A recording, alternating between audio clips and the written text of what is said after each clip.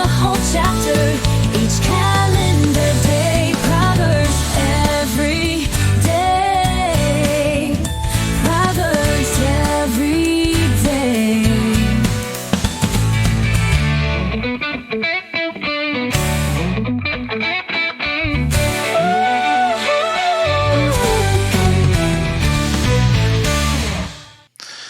All right, let's do this. Proverbs 21. We are currently reading in the New Living Translation. The king's heart is like a stream of water directed by the Lord. He guides it wherever he pleases. People may be right in their own eyes, but the Lord examines their heart. The Lord is more pleased when we do what is right and just than when we offer him sacrifices. Haughty eyes, a proud heart, and evil actions are all sin.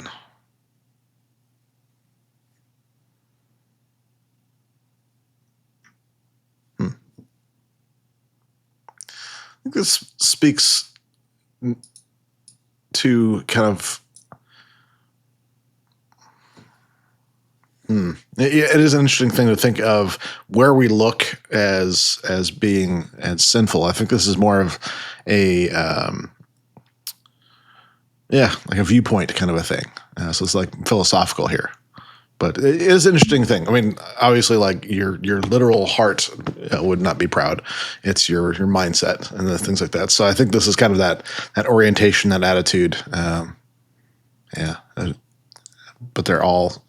It's not just the evil actions that are sinful. It's your nature that is sinful. Go ahead and highlight that. Yeah, we live in a society that is very much is obsessed with the idea that we are. I guess you could say defined by our actions, not our character, but God cares about both, but he does in fact care about our character. It's important.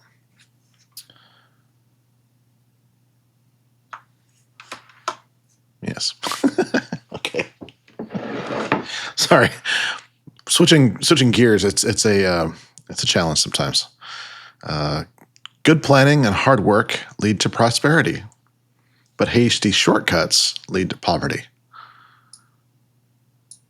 And for those of you that are trying to run your own business like I am, that is really, really important. It's very easy for me to get distracted. For example, it's very easy to get where I'm not thinking things. Well, I might be thinking ahead, but I'm not actually acting ahead. I'm acting in the moment.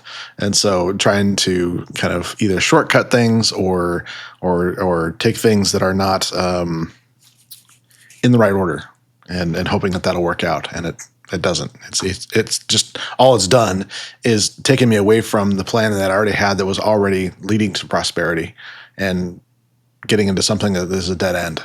Like I would say 9 times out of 10 with me. Yet I somehow still do it. It's a fascinating aspect of being the Deej. Wealth created by a lying tongue is a vanishing mist and a deadly trap. Let's see what the footnote is on that. As in the Greek version, Hebrew reads, mist for those who seek death.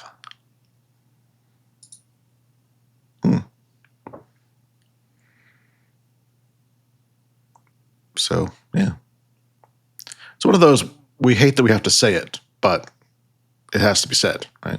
It's sort of like the concept of we have laws for ridiculous things because it happened at some point and now we have to have a law because of it. That's kind of why we have these things in Proverbs that to us can seem kind of like, well, yeah, but they need to be said. They need to be put down and we need to teach them. Just because we think we know them doesn't mean that they're actually being taught in that way. So it's very important to be specific. The violence of the wicked sweeps them away because they refuse to do what is just. The guilty walk a crooked path. The innocent travel a straight road.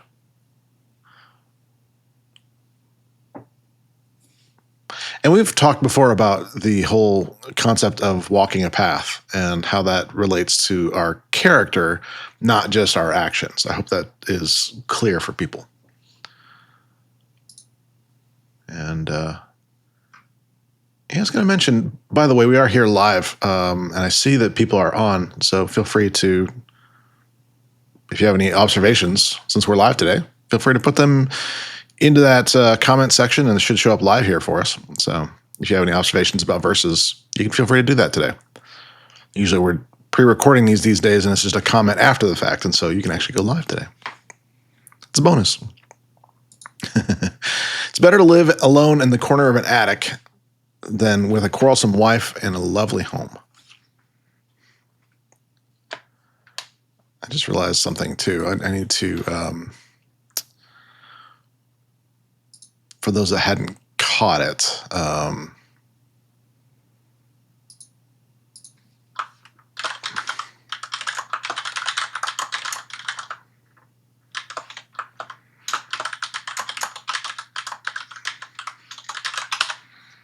there. I'll put that on the screen down below. So it's just, I just realized that people might be coming in and say, this isn't Acts.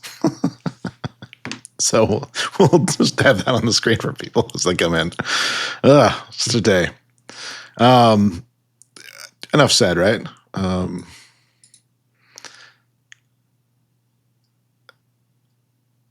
Yeah, well, okay, maybe not enough said. So for me, this was something that actually needed to be reminded for me way back in the day, that I almost made some compromises, and it almost ended very badly for me. But fortunately, someone actually spoke this wisdom into my life, and I was able to make the better decision for both of us. I still think I was causing her to be quarrelsome. I was triggering things that were just, it was bad for both of us. So anyway, verse 10, evil people desire evil, and their neighbors get no mercy from them.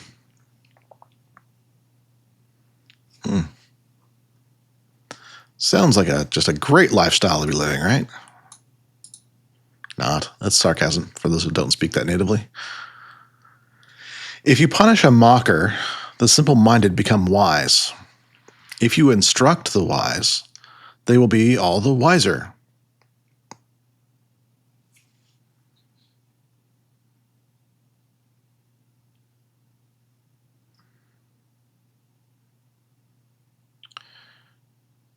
Yeah, I think this is translated differently in some other translations, but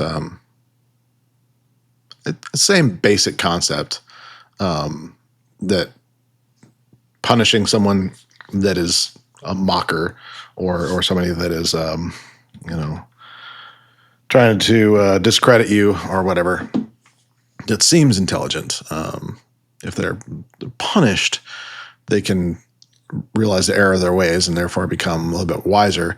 I would also add that requires humility first, and so that's why they become wise. It's almost like they become more intelligent or more aware. But to become wise, that doesn't always work that way, right? But the whole point is, if you instruct the wise, they'll be all the wiser. In other words, well, I was actually given some feedback this morning, and it's kind of one of those begrudging kind of things where I had this vision in my head about the way things should be in some of my coaching, and really I was getting some bad results, and so I went to a mentor and with the John Maxwell team, and laid out the challenge, and he was like basically saying this: if you instruct the wise, they'll be all the wiser. And don't worry about the people that don't want to be with you. That was the challenge. It is when people don't actually want your instruction, when they don't want your, in my case, coaching, but they're being signed up for it anyway. And so this is a way to kind of reformulate that, to say, you know what, make that more exclusive, make that something where it's only for the people that want to be instructed. In other words, instruct the wise. and they'll be all the wiser. So actually, I really liked that admonition this morning. It was good correction. Verse 12, the righteous one knows what is going on in the homes of the wicked. He will bring disaster on them. Righteous one, righteous man is an interesting translation of that. I think, yeah, there's a set apartness to this as well. It's not just their actions. It's something about the way they conduct themselves. Yeah. But I've also seen this translated differently. That this is, and the capitalization here kind of indicates that there's some well, I'll just say it. There are some that think this points to Jesus specifically, and I don't disagree with that. Let's put it that way. So the righteous man, the righteous one, I think that works based on other translations as well. But it's just kind of, because it's not called out by name. This particular translation is not making further leaps than it feels like it should, I guess, as far as its sources. And I respect that. That's certainly fine. But it's this part that's always interesting. the he'll bring disaster on them. So that's it. It makes things complicated with translation to move things forward when there's when we know the character of Jesus was not to bring disaster. So yeah, it's one of those complicated things that's not always easy to go through. But bottom line is that even if this was talking about a righteous person in general, or a righteous man in general, there would still be a discernment there.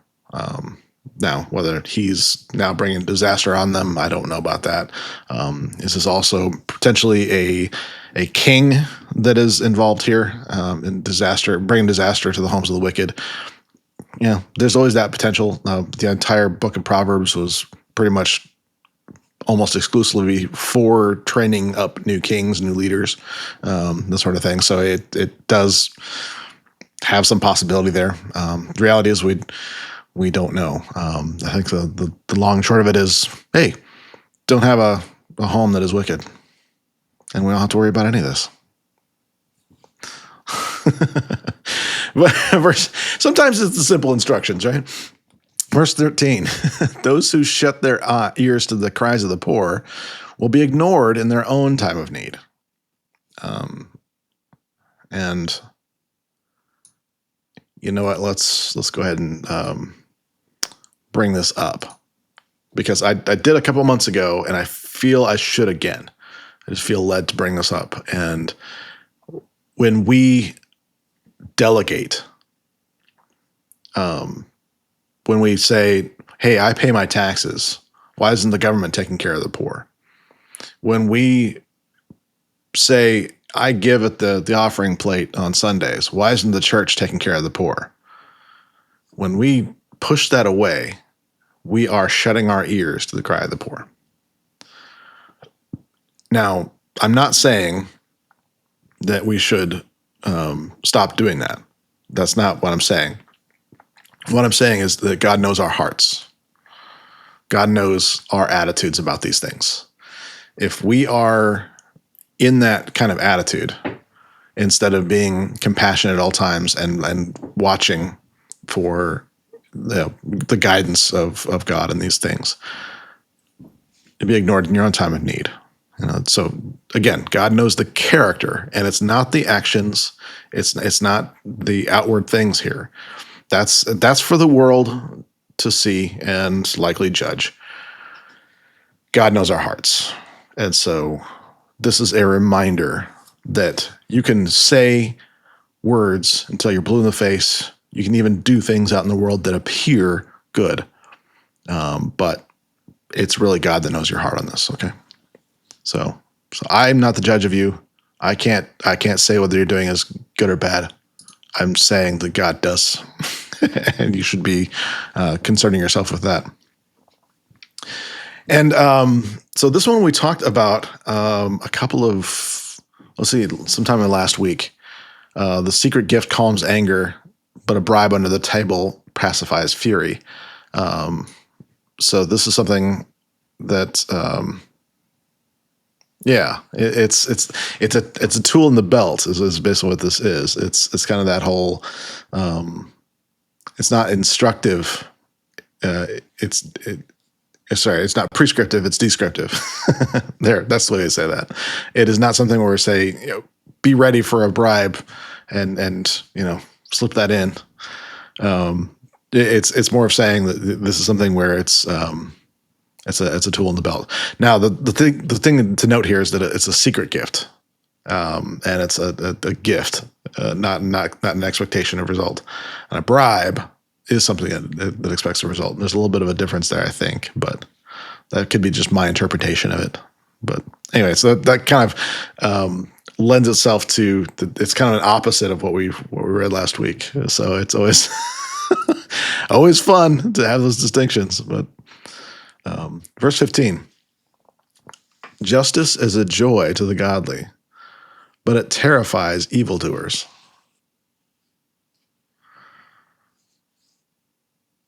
The person who strays from common sense will end up in the company of the dead.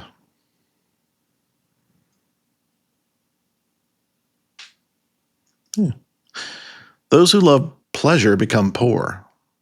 Those who love wine and luxury will never be rich. Again, it's that key.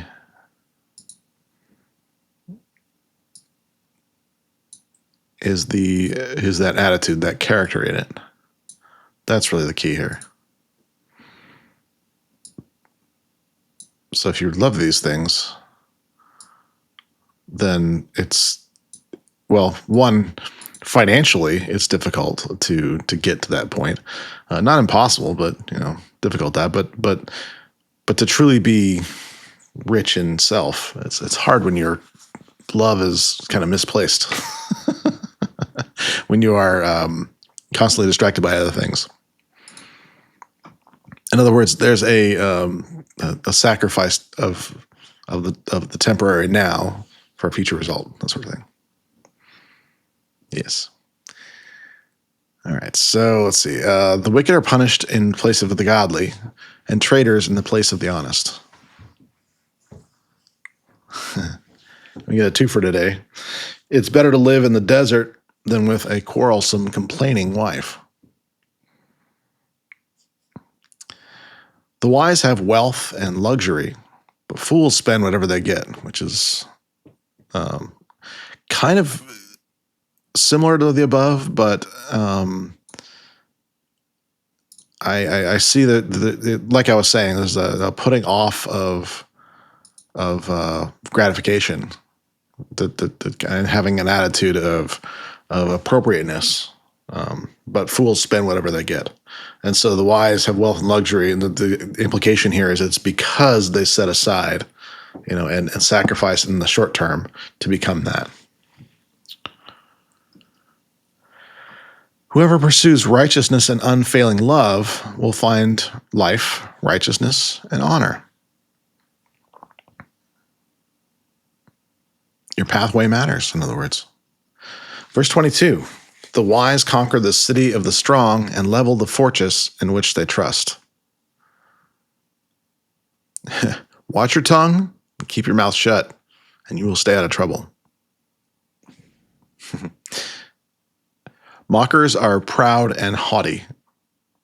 They act with boundless arrogance.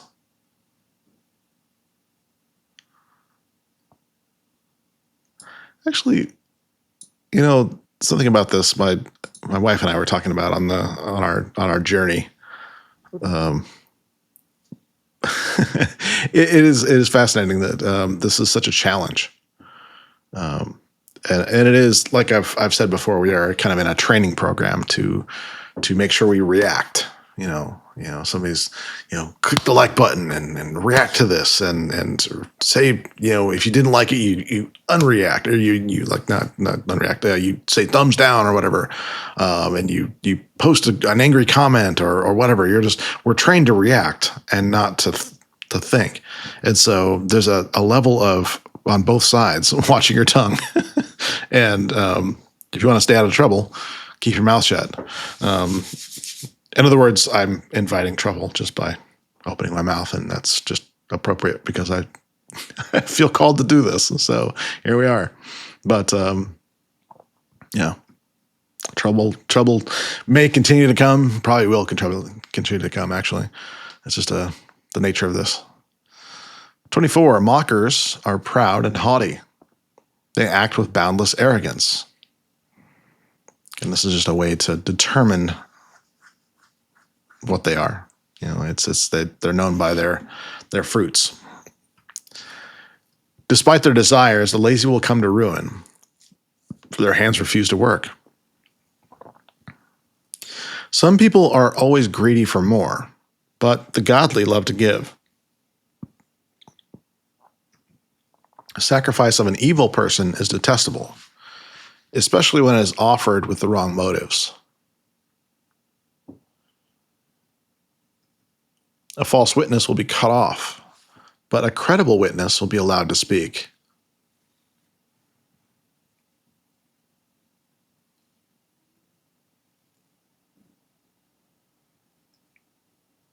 Go back to that.